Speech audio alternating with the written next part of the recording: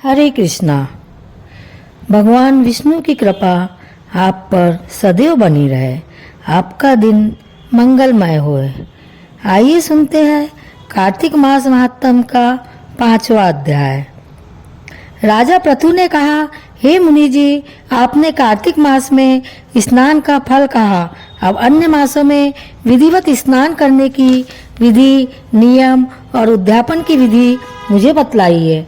देवर्षि नारद बोले, हे राजन, आप भगवान विष्णु के अंश से उत्पन्न हुए हैं, अतः यह बात आपको मालूम ही है, फिर भी मैं आपको यथोचित विधान बतलाता हूँ, ध्यान से सुनिए। आश्विन मास में शुक्ल पक्ष की एकादशी से कार्तिक के व्रत करने चाहिए। सुबह ब्रह्म मुहूर्त में उठकर जल का पात्र लेकर गांव से बाहर पूर्व या उत्तर दिशा में जाए। दिन में अथवा शाम को कान पर जनेऊ चढ़ाकर, पृथ्वी पर घास बिछाकर, सिर को कपड़े से ढककर, मुंह को बलपूर्वक भली भांति बंद करके, थूक व सांस को रोककर, मल व मूत्र का त्याग करने के पश्चात मिट्टी व जल से भली भांति अपने गुप्तांगों को धोवे। तत्पश्चात जो मनुष्य दातुन मुख शुद्धि नहीं करता, उसके सब मंत्र निष्फल हो जाते हैं। अतः दांत और जीभ को यत्न पूर्वक शुद्ध करना चाहिए और निम्नलिखित मंत्र पढ़कर वृक्ष से दातुन तोड़नी चाहिए। हे बृहस्पति, तुम हमें आयु, कीर्ति, तेज, प्रजा, पशु, संपत्ति, महाज्ञान, बुद्धि, विद्या हमको प्रदान करो। यह मंत्र पढ़कर दूध वाले वृक्ष पर से 12 अंगुल की दातुन तोड़कर करे। व्रत या श्राद्ध के दिन दातुन नहीं करनी चाहिए। प्रतिपदा, अमावस्या, नवमी, छठी, रविवार को चंद्र तथा सूर्य ग्रहण में दातुन करनी चाहिए। कटीले पेड़ों, कपास, पीपल, बरगद और निर्गंध, इन पेड़ों की दातुन करनी चाहिए।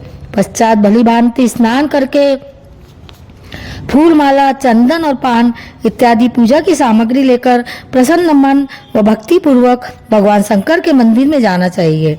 वहाँ सभी देवी देवता का अर्ध आचमनीय आदि वस्तुओं से अलग अलग पूजन करना चाहिए। प्रार्थना एवं प्रणाम करना चाहिए। फिर भक्तों के स्वर में स्वर मिलाकर श्री हरि का कीर्तन करना चाहिए। मंदिर में जो गायक भगवान श्री हरि का कीर्तन करने आए हो, माला, चंदन, तांबूल आदि से उसका पूजन करना चाहिए, क्योंकि देव स्थानों में भगवत कीर्तन करने वाले भी साक्षात भगवान विष्णु की ही मूर्ति हो।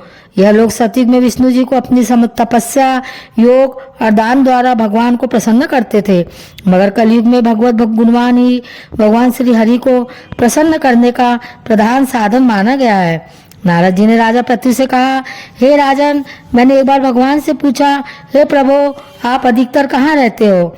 यह सुनकर भगवान ने कहा, हे नारद, मैं बैकुंठ अथवा योगी के हृदय में भी नहीं रहता, अपितु जहाँ मेरे भक्त मेरा कीर्तन करते हैं वहाँ मैं अवश्य रहता हूँ। जो मनुष्य चंदन, माला आदि से मेरे भक्तों का पूजन करते हैं, उनसे मेरी ऐसी प्रीति होती है जैसे कि मेरे पूजन से भी नहीं हो सकती। शिरीष, धतूरा, गिरजा, चमेली, केसर और कंदार तथा कटहल के फूलों व अक्षतों से भगवान विष्णु की पूजा नहीं करनी चाहिए। अड़हल, कंद, गिरीश, जूही, मालती और केवड़ा के पुष्पों से भगवान शंकर की पूजा नहीं करनी चाहिए। लक्ष्मी के इच्छुक पुरुषों को तुलसी पत्र से सूर्य नारायण की पूजा नहीं करनी चाहिए। जिन देवताओं की पूजा में जो फूल निर्दिष्ट है, उन्हीं से उनका पूजन करे। पूजन समाप्त करने के पश्चात भगवान से क्षमा प्रार्थना करे, यथा, हे सुरेश्वर, हे देव, मेरे पास न मंत्र है न क्रिया, मैं भक्ति से ही हूँ, जो कुछ भी पूजा मैंने आपकी की है उसे पूरा करे। ऐसी प्रार्थना करने के बाद दंडवत प्रणाम व 2 क्षमा प्रार्थना करके भगवत कीर्तन करना चाहिए। श्री हरि की कथा सुननी चाहिए और प्रसाद ग्रहण करना चाहिए। इस तरह बताई गई विधि के अनुसार जो मनुष्य कार्तिक व्रत का अनुष्ठान करते हैं, वह संसार के सभी सुखों को भोगते हुए अंत में मुक्ति को पाते हैं।